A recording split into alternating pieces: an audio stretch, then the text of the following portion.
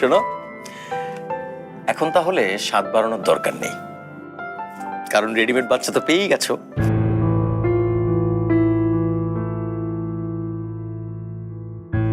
একটা কথা তোমাকে বলার দরকার। আমারও একটা কথা তোমাকে বলা দরকার, মানে খুব জরুরি দরকার। কি কথা বলো? তোমার আগে কখনো কথা বলেছি আমি? বাধ্য স্বামীর কিন্তু খুব দুর্নাম বাজারে। বাজারের কথা শুনে কি আর ঘর সংসার চলে? ঘর তো চলে স্ত্রীর মতে। তাহলে প্রবাদ হতো না, কর্তার ইচ্ছায় কর্ম।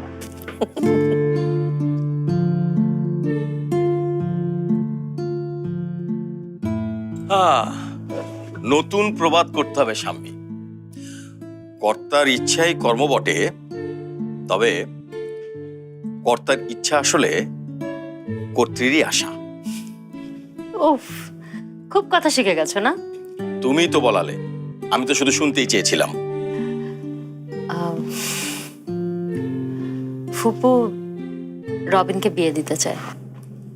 বাহ, অনেকদিন পর একটা ভালো খবর পেলাম, একটু আনন্দ করা যাবে, কি বলো? ও, তুমি রাজি না? বুঝতে পেরেছি। ভাবছো রবিন এখনো পড়াশোনা করছে, পড়াশোনা শেষ করে একটা চাকরি বাকরিতে ঢুকুক, তারপরে না হয়।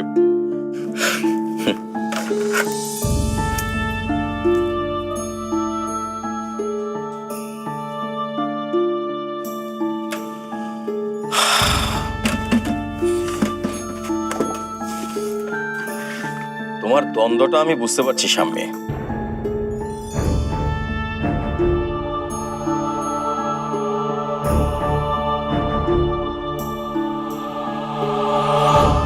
দেখো স্বামী, ধরো আমার যদি একটা ছোট ভাই থাকতো আর মা যদি তার বিয়ে ঠিক করতো, তাহলে কি আমরা মানা করতে পারতাম? আর তাছাড়া এখন আমাদের যে অবস্থা, তাতে এসব হাঙ্গামা কিন্তু আমরা ঠিকই সামনে নিতে পারবো। হাঙ্গামার জন্য না ইমরান। ফুপা মারা গেছে কিছুদিন হলো, এখন ওনারা যদি তাদের নিজেদের জীবনে কিছু আনন্দ চান, আমরা কি সেখানে মানা করতে পারবো বলো? এবং মানা করা উচিত না। ফুপুদের আনন্দে আমি কি কখনো বাধা হয়ে দাঁড়াতে পারি ইমরান?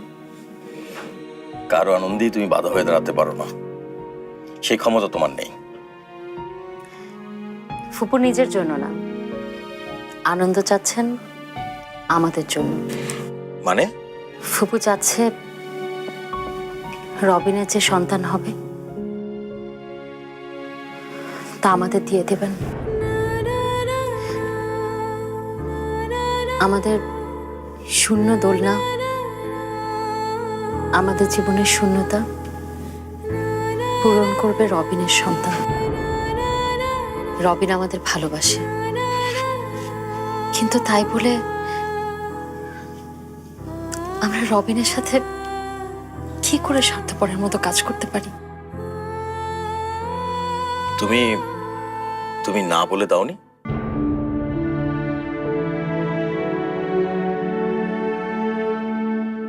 তোমার কি যেন জরুরি কথা ছিল?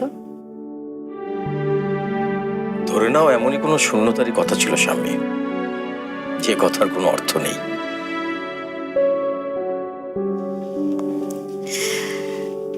আমাদের জীবনে আসলে বোধহয় কোনো কিছুরই কোনো অর্থ হয় না, না ইমরান? হয়তো হয়তো বা না।